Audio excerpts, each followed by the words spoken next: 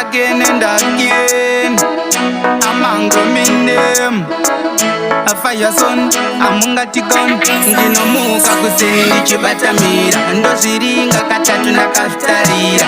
Mwari uyu anosimudzira zveshuwa akandisimudzira ndiani aindida pana ndiani aindida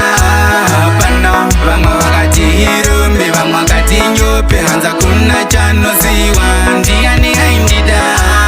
pana ndiani aindida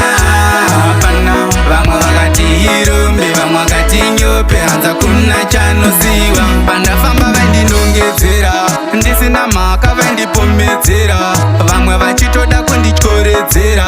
imi zvakaoma kuzvirondedzera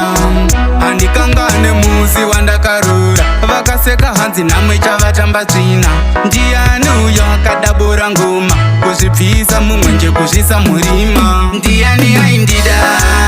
pana ndiani aindida pana vamwe vakati hirumbe vamwe vakati nyope hanza kuna chanosiwa ndiani aindida pana ndiani aindida pana vamwe vakati hirumbe vamwe vakati nyope hanza kuna chanosiwa hapana haiterera zvandaireva waitonditagura kundoona sembewa kafeya neni vanga vasiri nakeya ehe vanga sina keya pangoita faksheni ndenzitema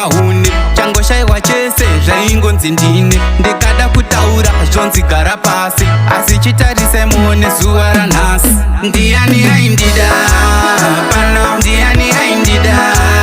pana vamwe vakati hirumbe vamwe vakati nyope hanza kuna chanosiwa ndiani aindida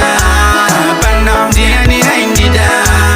pana vamwe vakati hirumbe vamwe vakati nyope hanza kuna chanosiwa pandafamba vandinongedzera ndisina mhaka vandipomedzera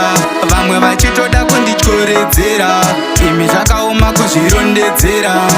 handikangane musi wandakarura vakaseka hanzi namwe chavatamba tsvina ndiani uyo akadabura ngoma kuzvibvisa mumwenje kuzvisa murima ndiani aindida